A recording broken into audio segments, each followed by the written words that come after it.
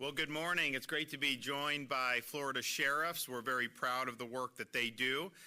We do have Bill Primel here, of course, Charlotte County Sheriff and the president of the association. We've got a lot of the Florida sheriffs that are standing behind us on the dais up there. And then, of course, we have our great Senator Jay Collins and our wonderful First Lady, my wife, Casey. So thank you all for being here.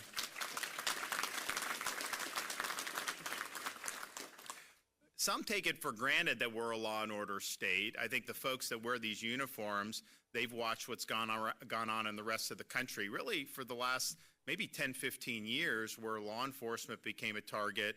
You had movements to attack the police, to defund law enforcement. You saw cities burning down with the BLM riots during the summer of 2020, and on it goes. And that has not been the experience in Florida. We say we're a law and order state, but we have backed that up with strong action to be a law and order state. When you did have those riots in the summer of 2020, I made it clear as governor we would not tolerate it. These sheriffs made it clear they would not tolerate it. You didn't see our cities burning down like you did in other parts of the country. We followed that up, though, with passing the strongest anti-rioting legislation anywhere in the country that said very simply, if you riot, if you loot, if you're attacking law enforcement, you will be held accountable in the state of Florida. If you do things like block traffic, we are not going to accept that. And so you had the pro-Hamas people last year. They thought that they would block traffic around our theme parks in Orlando. That took about 11 minutes before Florida Highway Patrol ejected them from the street. Tried the same thing down in South Florida, in Miami. Didn't last very long there. We're not tolerating the nonsense. We're not going to let the inmates run the asylum. So we're proud of that. That is putting your money where your mouth is by providing substantive laws that make us a law and order state, not just the rhetoric to say that we are supportive of law enforcement. We have also enacted a law enforcement bonus program for new recruits. And this is something that was, on our part, an opportunity, because we saw how some of these officers were being treated in San Francisco, in Seattle, New York City, Chicago. I mean, some of these budgets were being slashed. You had all kinds of terrible politicians that were using law enforcement for a scapegoat. And so we said, look, if you come to Florida and you're new to Florida, and not just people from other states, young people could also qualify for the bonuses, because we do think this is an honorable profession. You get a $5,000 signing bonus. So all these sheriffs have been able to use that bonus as they welcome in new recruits to their agencies. And we've seen that not just in sheriff's departments, but police departments and our state agencies. And that is on top of the bonuses we were doing. We did during COVID, we did $1,000 bonuses 3 years in a row for every sworn law enforcement officer in the state of Florida. And the thing about that was, look, it was nice. Obviously, we were in a period of inflation, thanks to what the federal government was doing. And so it helped on the margins to make ends meet, although $1,000 isn't what it used to be. That used to be more than it is now. But what people would say is, when they get the check, they'd say, it just shows that the state of Florida has my back, that they care about what we're doing, and that they support the job. And I think that's one of the things I'm proud about in Florida, is from the governor's office down to the local level, our communities really genuinely support what law enforcement do. It's not just for show. They understand it's important, and they don't take for granted that we have a 50-year low in the crime rate. So we're proud of having done that. We've also done Florida Law Enforcement Academy Scholarship Program, covering tuition fees up to $1,000 of eligible expenses. We believe that this is a noble profession, and we want to be able to provide a pathway for folks who want to serve in this profession. We had, before we went universal on school choice, we did have for a time where, regardless of income, the children of law enforcement, sworn law enforcement, were able to get our scholarships. Now those scholarships, fortunately, are open to all, so it's not the kind of the special benefit anymore, and we're glad that we opened it up to all. But there was a time where, because you can have a sheriff's deputy and have a spouse that works, and you'd be priced out of getting a family empowerment scholarship, but it's not like you're living high on the hog. So we were happy to be able to do that. And we're also proud of the work that we're doing with the Florida sheriffs. as well as our other law enforcement, on immigration enforcement. All 67 Florida sheriffs have executed what are called 287G agreements with immigration and custom enforcement. There is no other state in the country that has done what Florida's done and has leaned in on this issue as much as we have, and these folks standing behind me. And the federal government is trying to pick up the pieces from the agency really being in disrepair for 4 years. They're getting it. They're gonna get where they need to be, I think. But for us, we're ahead of the curve in Florida, and I thank everyone for leaning in on that. It's a very, very critical issue for the state of Florida. We also are recommending for our state law enforcement pay raises for 4,700 state sworn law enforcement officers. That'd be 20% increase for entry level, 25% for veteran officers, and we really want to thank them for all they've done. So Florida, we don't just say we're law and order, we back it up with actions, we back it up with policies.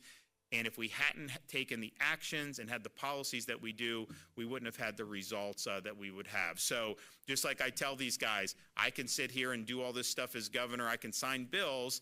Ultimately, you guys are where the rubber meets the road, and so you deserve the credit for doing it. But it's also the flip side is true. These guys can be working as hard as they want. If they don't have support from state leadership or their local leadership, then you end up becoming a Seattle or Chicago very quickly. So it's really been a team effort, and I'm excited at all the progress and look forward to more great work ahead. Now, our law enforcement officers are also uniquely positioned to assist people in their communities who are looking for help but need someone to point them in the right direction. Look, we've got some really bad people in our society, but we also have some people that are just really troubled. We have people that are addicted to drugs, that have had problems in their life, and that has led them to pursue criminal activity, but are people that need help more than anything. And law enforcement officers across the state encounter these types of folks who need assistance every single day. You have single parents, you have senior citizens, you have veterans, you have youth and foster care system, juvenile justice system, people with disabilities. Our law enforcement on the ground see our society, all the different permutations better than maybe any other segment of our society in terms of the professional realm. So they patrol our communities. They see folks who have needs, and not just folks that have gone wayward, just normal folks who maybe have fallen on hard times. They need food, they need clothing, they need employment, they need substance abuse, they need other resources. We have spearheaded, well, I should say the First Lady has spearheaded the Hope Florida program, which was not originally designed with law enforcement in mind. It was really focusing on child welfare, the Department of Children and Families. We had seen for many years the limits of what a bureaucracy can accomplish. We've also seen for many decades the pitfalls of what a culture of dependency on government assistance can mean for people's ultimate horizons. Getting people off dependency and on a pathway to self-sufficiency broadens their horizons. When they're trapped in a cycle of dependency, that really lowers their potential. And we've seen that really since the Great Society's War on Poverty in the 1960s. Now, these are not easy issues, but the First Lady really spearheaded a realization that in the state of Florida, and I think most places in the United States, but in the state of Florida, we have a lot of resources at our disposal. It's not all funneled through the government. Most of the stuff is not funded by tax dollars. Most of the best resources are not caught up in bureaucracies, but they're found in our houses of worship. They're found in our charities. They're found in a lot of our business community who wants to help people get up on their feet, and even individuals who volunteer their efforts to help others in need. And so through Hope Florida, they've been able to transform the child welfare system into don't try to just get as many people on programs for as long as possible as you can. Try to liberate folks in need from these programs by linking them to all these other great resources that are in our communities. And so since the First Lady launched this, I think it's not even 2 years that we've had this, there have been 30,000 Floridians that have gotten off welfare programs, and it's saved the state about $100 million. And so it's good for taxpayers, but then those folks who now have a stake. People in the community have invested in them. They have a pathway to self-sufficiency. They are going to do so much better having that pathway in front of them. So I think it's been an incredibly successful social reform. There's been other states that have made pilgrimages down to Florida to be able to talk with folks who are involved in this and trying to mimic that in other states across the country. Now, some of the states, quite frankly, are more left-leaning. They don't like the fact that Florida harnesses our places of worship and our religious communities and faith-based community. And I think that's them making a mistake. I think their hostility to faith institutions is not serving their constituents well. I can tell you, when we have folks in need, we have some of our churches and synagogues, they're the first one to answer the call, and they are there with folks through thick and thin. So to ignore the great impact that the faith community can have on people in need is to not arrive at the optimal policy. So Florida's doing it right, and I'm really proud of the success. But there's even more that you can do. So Hope Florida has expanded from the child welfare to other parts of state government, including elder affairs. Now we have the ability with law enforcement.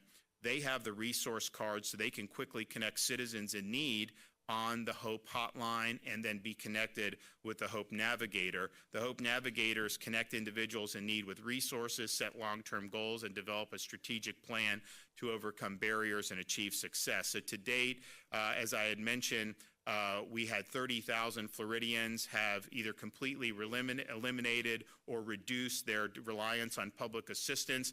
That is out of 118,000 Floridians that have been referred to Hope Florida. Now, not all of them were on public assistance, obviously. And then the savings to taxpayers has been actually $108 million, so more than $100 million. And so today's announcement builds off this success. Hope Florida now officially can announce that we have a liaison station in the sheriff's offices in every one of Florida's 67 counties.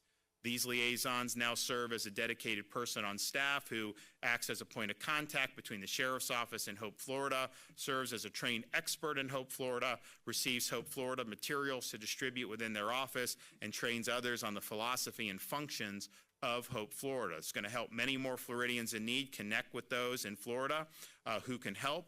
We are proud of the work that our law enforcement officers are doing as ambassadors of Hope Florida to equip, inform, and assist members of the public in connecting them with Hope Navigators. And I think this has the potential to be very, very positive, because if you talk to some of these guys, and as I have through the years, I mean, what I think most people in law enforcement will tell you is the problems that we have in criminal justice, there's just a subset of that is mental health problems. And so these folks, perhaps if there had been an intervention earlier, would not have ended up devolving into committing criminal acts. So this is a great pathway as these officers are identifying folks to be able to get them on their feet and get them on a more productive path. So we are delivering on the commitment that we've made from the first day I was governor to support our law enforcement community.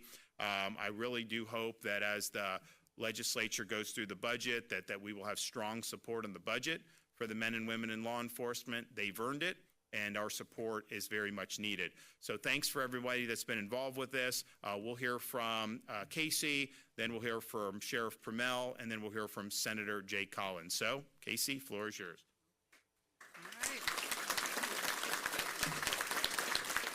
Well, thank you. I can't thank the sheriffs enough. To have cooperation from all 67 counties across the state of Florida is really special. But I think they understand the mission of what we're ultimately trying to do, right? When somebody is in need of help, do you get a check, government assistance, and that's where the story ends? Or can we help you on a pathway to economic self-sufficiency? Can we provide you a lifeline of hope? At the end of the day, we want to help people who are suffering, and they do not know where to turn. Can you imagine what it must be like for a single mom who's sitting there at the dining room table trying to figure out how she's going to keep the lights on, how she's going to be able to provide educational opportunities for her kids, how she's going to make sure that they have school supplies, how she can keep down a job, how she can make sure that they're doing their homework, and she's taken on this burden all by herself, and she doesn't know where to turn to get help. We have the solution. The solution is not just government. The solution is out there in the communities. It's always been there. But what we do now is when that mom either is coming into the government system or what we do, we call them. We know you're on government assistance. We say to that single mom, hey, we see you're struggling. Where do you see yourself in 5 years? Because we want to help. And now we take you on a pathway. That pathway starts not with government, but with all of the nonprofits who have been out there in the community for years and years providing supports, but the two never knew that they were there. The single mom didn't know to go down the street to ask this nonprofit for this, that, or the other. We make a connection now. We also make a connection with our faith-based communities because they've been the biggest untapped resource as it pertains to help with government. We have 16.5 million people of faith across this state, 20,000 institutions. You think if they knew that mom was struggling and needed some help, and how cool would it be if they could show up at her front doorstep with a plate of lasagna to say, I heard you were going through some tough times. We gotcha. We can do that in the state of Florida because we've created the connections. This isn't about creating a program. It's about a philosophy. How does government operate? How do we truly help somebody out of a culture of dependency on a pathway to economic self-sufficiency, hope, and at the end of the day, happiness? If we as government have the opportunity to be able to provide happiness for somebody, we have an obligation if they want to take that path to do everything we can to support them. And I'm talking about a single mom because I have somebody in the back of my mind. Her name is Ginger. And you can go on X and you can see her story, and it's incredible. Because when you know what she was going through, she was sitting in her car, she didn't have a high school diploma, she didn't know what she was gonna do, she was working in a pool store, she was selling pool chemicals, she had 2 kids, and she was lost. We called her, and we said exactly what I told you before. We said, hey Ginger, where do you see yourself in 5 years? And she said, nobody asked me that question. Nobody took an interest in that way to give me hope. And we went down a path. And do you know what that path included? A nonprofit that she didn't know was there that helped her with her utilities and helped her with her rent. And then we went from there. Workforce, educational opportunities through our colleges, vocational, all of this stuff. There are 600,000 jobs available in the state of Florida right now. There are programs through the thanks to the governor that provide the ability to get the skills to get those jobs, but it's all siloed. And again, I go back to that single mom who's sitting at the table. Is she supposed to go to Google and figure all this out? Like, how do I go? This video? We do it for her. We provide the path. Yeah, you want to be able to do this? This is your goal, to be a medical technician, which was her goal. Ginger said, we're going to help you map that out. And we did. We showed her how to get the skills. We made the connection. We helped guide her through the process. Now she's a licensed medical professional, and she's a specialist.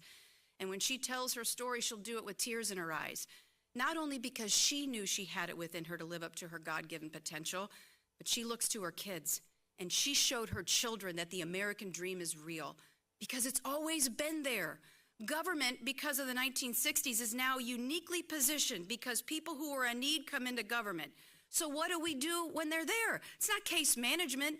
It's utilizing the resources exterior of government to provide those connections and to help people know that you can succeed in this country. You can do it. We're just going to help you along the way. And for Ginger, because we called her, or if you want to call one number and talk to somebody, we're going to help you map it out. It is so hard to be able to figure out where to go because it's all siloed. Do I go to this nonprofit, and what do I say to them? Do I go to this faith-based community, and will they laugh at me if I walk in the front door? Clearly they wouldn't, but do I ask them for meals? Do I do this? Where do I turn? What we're doing is empowering the communities, what they have always been there to do. But somewhere along the way, they got separated. And now Hope Florida is a model not only for the state of Florida, not only provides hope for Floridians, it is a model for this nation. It's a model for other states who, he said, make a pilgrimage coming down here to Florida to see how can we legitimately help people in need? How can we make a difference in their lives? So I would say this program, it's not about me, it's not about the governor, it's about hope, because we're in the position to really legitimately help people succeed.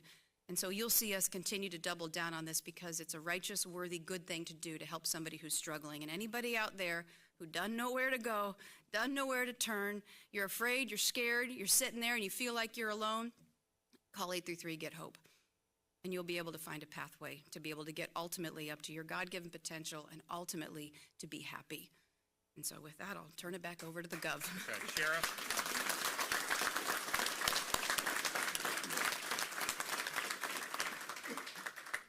First off, I would like to thank the governor and the House and the cabinet for years of support for law enforcement. With them, with their help, we've been able to keep Florida a law and order state, and we thank you very much for that, sir. Again, I'd like to thank First Lady DeSantis on inviting the sheriffs to attend the event here at the Sheriff's Day at the Capitol. As president of the Florida Sheriff's Association, it's an honor to lead these great men and women you see here behind me. In recent years, Hope Florida program has worked to help so many in need, and it is great to announce that today we now have a specific point of contact in all 67 sheriff's offices that can work with Hope program navigators to assist those in need. It's about communities helping communities. As you heard, faith-based, nonprofits, businesses, individuals, civic associations. And we as sheriffs in our communities, we know a lot of these different organizations. We work with them day in and day out, and we can help connect these dots even more. And this all came about, of course, by women. We just recently had our first women law enforcement leaders a few weeks ago here at the Florida Sheriff's Association. And the First Lady came and attended and spoke to 41 women leaders from the sheriff's offices from around the state, and she spoke about the HOPE program. It was from her discussion and a question from attendees about how they could learn more and work better with the HOPE program that First Lady came up with the idea of having a specific point of contact in each one of our sheriff's offices. We were more than happy to assist, and today we now have a strong connection with our sheriff's offices and the HOPE program.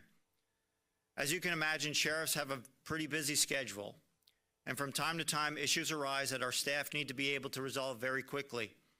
We are so pleased that we now find and identify even more ways to help families or individuals in need, and we don't need to grow the size of government. We can do it better with resource allocation and doing what we are announcing today, stronger partnerships between the state and local governments. Because you know, today, law enforcement is very little of what we do. We're dealing with mental health. We're dealing with substance use. We're social workers. We're counselors. And this is going to be another tool in our toolbox to help Floridians statewide. So thank you, Governor, as well as First Lady, in taking the lead on this critical issue. Thank you, everybody, and God bless. Jay?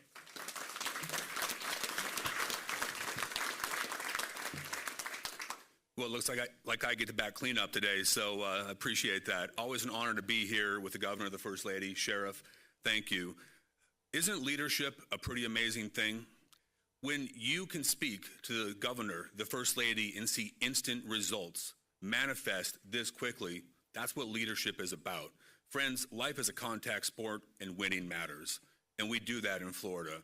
Your moral compass, what drives you, what matters to you as a state and as a community matters, and that is what drives us here in Florida. I want to approach this from a little bit different perspective. Now, many of you know me as a military guy, but I also grew up on commodity cheese and on the welfare program on the wrong side of the tracks. And I will tell you, it's a pretty hopeless place. It's hard pulling yourself, clawing yourself out of a space where nobody else from your family has gone before. I can tell you, you feel trapped. You don't know what you don't know. Getting information from the right people to you to solve a problem can change everything. I am here because people invested in me and taught me how to fish. I heard a wise man say that once, right? And I think that is what we need to keep focusing on when it comes to Hope Florida. You know, for those states that think that God is a part of the problem, I will tell you God is not the problem. God is the solution to the problem, and we have to have that more. And connecting people to our religion and connecting people to our community leaders in the church is how we solve that problem. Where the rubber meets the road is where Hope Florida does the most good. People don't know what they don't know. Our men and women in law enforcement do so much across our community, day in and day out. They are true community heroes. And from a budgetary standpoint, I can promise you, I fundamentally believe you deserve everything you need, the time, tools, training necessary to complete your mission. but ultimately complete your mission and go home to your families, because what you're raising is the next generation of Floridians and Americans, and that matters. But what Hope Florida is just that. I love things that have the key word in the title. It is hope. Everybody deserves to be the best version of themselves, and I don't know about you, but I do not believe government is a solution to the problem. We need to marshal resources through Hope Florida, change the welfare system, and provide opportunity to those people who may not see it any other way. And I applaud the First Lady and the Governor for their leadership on this, and I'm incredibly grateful for everyone's support across the state. But to close this thing out, imagine where we're going to go as this thing continues to pick up steam and move forward. When we do that, we change welfare, we change our state, and we can change our nation. Thank you, and God bless you.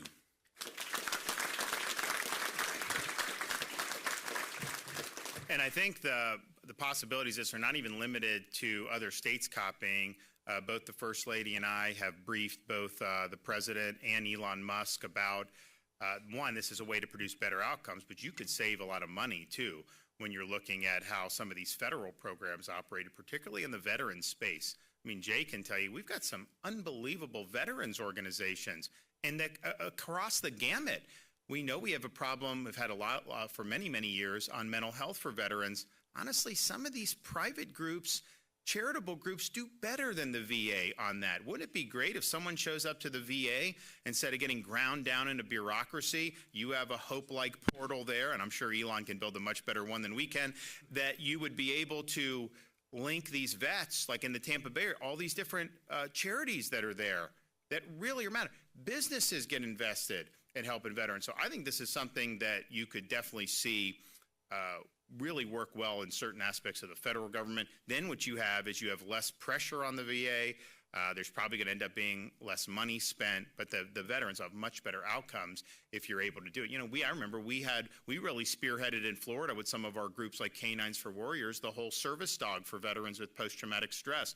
VA at the time, they wouldn't recognize that. They're doing drugs. They're just constantly prescribing drugs, and that does not work for many of the veterans. Now they've been more amenable to seeing this because it does have a track record of success. But we've got these service dog groups here.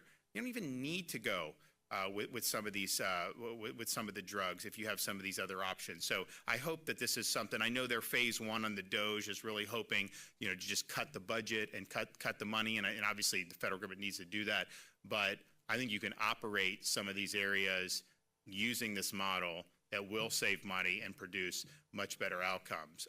Would also just like to say, you know, this is not something that's happened in recent years or that's happened in the past, but we do have the Florida Gators in the Final Four, and that's going to be a big deal for this weekend. Maybe not for a lot of people in this room who probably are more Florida, but look, we deal with it at home. I mean, we've got 3 young kids, and they've basically spent their formative years. Actually, our youngest daughter wasn't even born until I was governor. And so, you know, they have, not through our direction, because I don't have a dog in the fight, but they have gravitated toward the Knowles, right? So they're big Knowles, which is, well, the thing is it's, you know, it's 5 minutes from our house, right? So you go watch the baseball, watch all this stuff.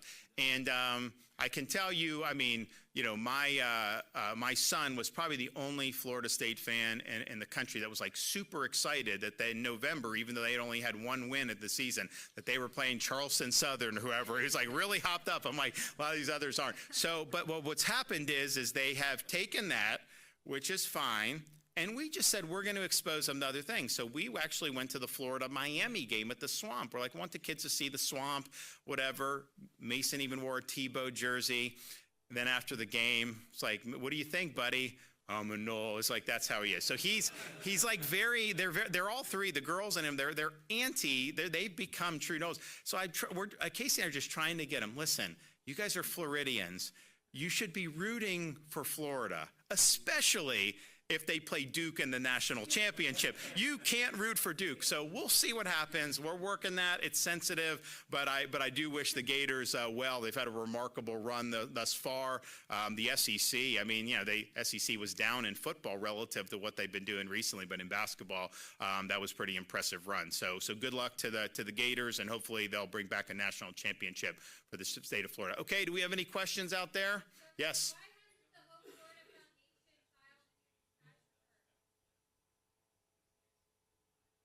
Say it again.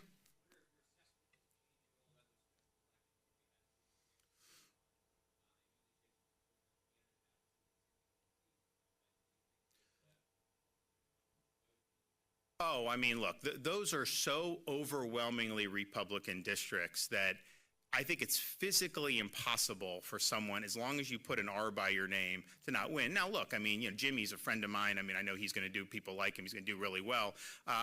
Some of these others may not as well. The point I've just made, though, in CD6 is what the political media is going to do if there's an underperformance. I don't think there can be a loss, but if there's an underperformance, which a lot of people are predicting, I think Trump won it by 30. I think I won it by like 35 or something, or 37. If there's an underperformance, they're going to say, see, it shows the voters are rejecting. It has nothing to do with that. This is a rejection of the specific candidate amongst some voters who either choose not to vote, maybe even vote third party. I don't know how many Republicans would actually cross over and vote for a lunatic Democrat, but I do think that it's just added to the mix of issues, but I think it's almost all local. Remember, he's not from that district. He lives like 150 miles away, and it's just different. So I would just caution people, regardless of the performance, if there is an underperformance, and maybe there won't be, who knows? But if there is, I think it's wrong. I mean, you can quibble with Trump endorsing or not, but that's a separate question from why are the voters reacting the way they do if there's an underperformance. And I think it's going to be more of a local reason. I think it's going to be more of a candidate-specific reason. I don't think if there's an underperformance that's a referendum on the president. I think the president was on the ballot. I think he would win by 30 again.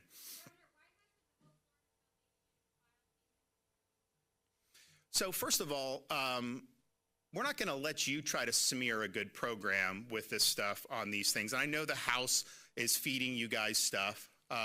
We weren't born yesterday. We understand what they're trying to do. They're trying to kind of sully this. This is the nonprofit arm. It's a charitable arm. They're going to take care of the paperwork. But while you're worried about filing paperwork, we're worried about lifting Floridians up. We're worried about getting people on the path to self-sufficiency.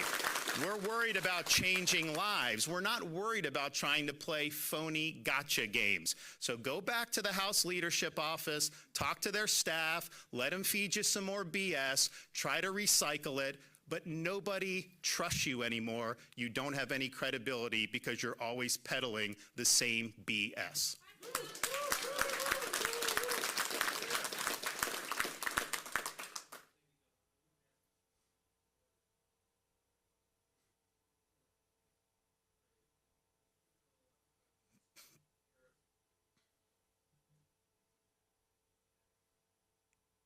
I don't think on the tourism, we heard so when the president, was tussling a little bit with Canada, there was a whole thing about, the Canadians are going to boycott the state of Florida.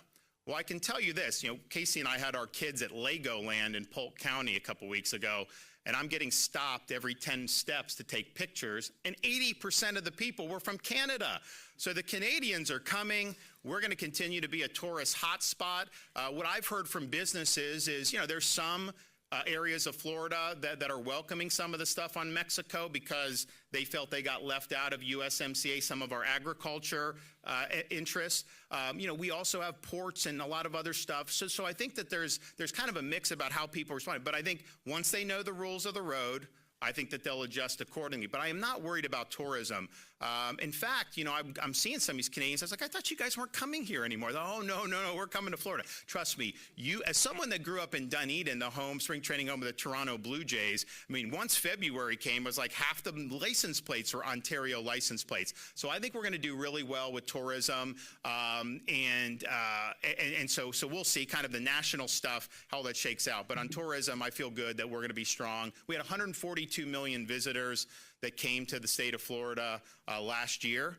That's an incredible number. I remember I was speaking to the Restaurant and Lodging Association for like a decade. They were stuck at like 85 million visitors, and that was kind of the norm. And then really, I think since COVID, we shattered the records. And then as people fled to Florida during that, they're like, hey, we like it here. So they come more and more. So we've got a great stream of folks. We do have a lot of international visitors.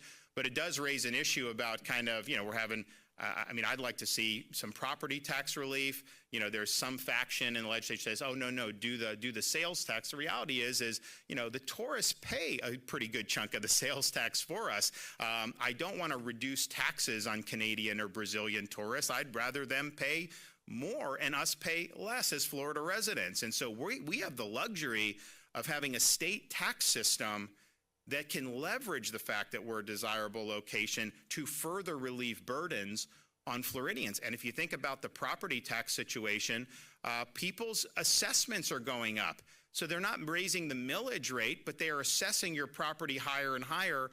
The whole homestead is not enough to keep up with that. I mean, you still pay more, but then heaven forbid you got to sell your home and move somewhere else, then the basis is much higher. So people are getting pinched with that. We have an opportunity to do some relief this year, but more importantly, the 2026 ballot, we are going to have an opportunity to provide constitutional protection for homeowners. And this is something that would make this state boom like never before. It would be a lifeline to so many folks who are having to fork over that check, you know, for property taxes. And, you know, the thing of it philosophically is, do you own your home or not, right? I mean, like, if I buy a big screen TV, I put it on my wall, yeah, I got to pay sales tax, but I put it on my wall. I don't have to keep writing a check to the government, and then they can come seize it if I don't do that. But that's kind of where we are as a society on the property taxes. You buy land, you buy a home, even if it's free and clear of any encumbrances, you paid the mortgage, everything, at what point is it actually yours? And when you have these assessments coming in, they're basically saying, no, you know, it's kind of yours as long as you pay your rent to the government. And that's not, I think, what people want in the free state of Florida. So there's going to be a huge discussion about that. I'm looking forward to engaging in that. I know we've had some great conversations, particularly with folks in the Florida Senate, and I think it's really, really good. Gary, let me do Gary then. Go ahead.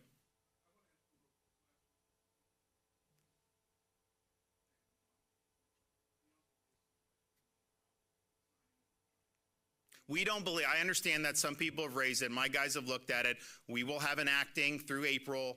We will appoint somebody in May that will be the full-time official. And I am aware of those issues, but we don't actually agree that those are ultimately, and just think about it though. How could that possibly be? I mean, like, this is a planned resignation, right? But sometimes tragedy happens. What you would say that you have to do? No, you got to vet people. You know, some people are expressing interest. We're vetting. We're making sure that these are folks that are going to have a really strong agenda when they go in. And so, you know, I've said publicly, if people are interested, you know, let us know if you got the qualifications and you're going to support strong policies. But the reality is, you know, we've got to go through that process. And so we are doing that, and we will have somebody probably no later than the middle of May. Yes, one more.